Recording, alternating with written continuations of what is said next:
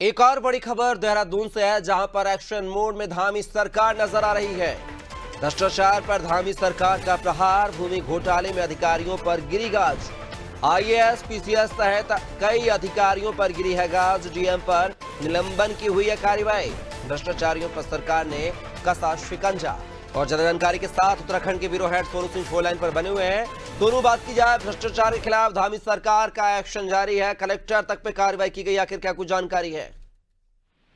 देखिए कपिल, ये मामला बहुत ही गंभीर है और सरकार ने इस मामले पे एक्शन लेते हुए एक मैसेज भी साफ तौर पर दिया है और अधिकारियों के लिए एक हिदायत भी है, चेतावनी भी है और एक उन अधिकारियों के लिए कहीं ना कहीं एक संदेश है सरकार का, जो अपने कार्य के प्रति गंभीर नहीं है, जो अपने कार्यों के प्रति लापरवाही बरतते हैं और जिनकी कार्य संस्कृति को सुधारे जाने की आवश्यकता है। चूंकि सरकार बार बार, सरकार के मुखिया सार्वजनिक मंचों से इस बात को बखूबी बयां करते हैं और जनता से भी ये अनुरोध करते हैं कि कहीं पर कोई भी किसी भी स्तर के भ्रष्टाचार को सरकार सहन नहीं करने वाली है। और जिस तरह से ये हरिद्वार जनपद में भूमि घोटाले में नियमों को ताक पर रखा गया और खास तौर पर इसमें घोटाला किया गया और जिस तरह से अधिकारियों की संलिप्तता इसमें पाई गई, उसके बाद सरकार ने इसमें एक सचिव स्तर के अधिकारी से, आईएएस स्तर के अधिकारी से इसमें जांच कराई और जांच के आधार पर जो निलंबन की कार्रवाई की गई है।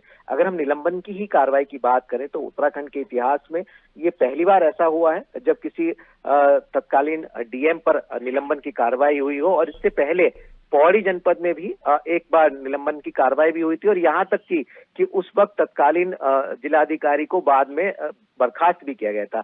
इसके साथ साथ अगर आप कुछ माह पहले की ही बात करें तो भ्रष्टाचार को लेकर के एक उत्तराखंड में सचिव पद पर आसीन रामविलास यादव को भी सलाखों के पीछे भेजा गया था और एक किशन चंद जो आईएफएस अधिकारी हैं, इनके अलावा कई अधिकारियों पर सरकार ने भ्रष्टाचार को, लापरवाही को लेकर, उनकी कार्य संस्कृति को लेकर, नियमों का अनुपालन नहीं करने को लेकर के सरकार ने एक्शन लिया। तो आप समझ सकते हैं कि सरकार कितना गंभीर है और ये कहीं ना कहीं एक मैसेज है। और ऐसे में अब इसकी जांच की जाएगी और जांच के बाद जो ये एक्शन लिया गया है, इसमें ये देखना होगा कि कौन कौन और इसमें संलिप्त हैं।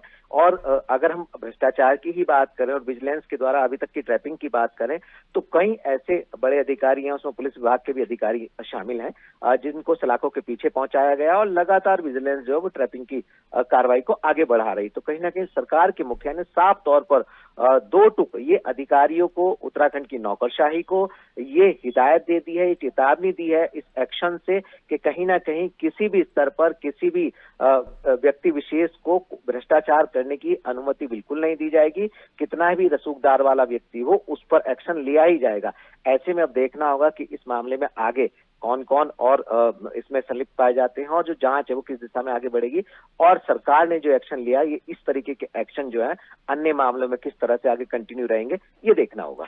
चलिए सोनू, आप हमारे साथ बने रहिएगा, आगे आपसे और भी जानकारी लेंगे। तो खबर देहरादून से थी, जहां पर धामी सरकार जो है एक्शन मोड पर नजर आ रही है, भ्रष्टाचार पर लगाम लगाने की कोशिश कर रही है।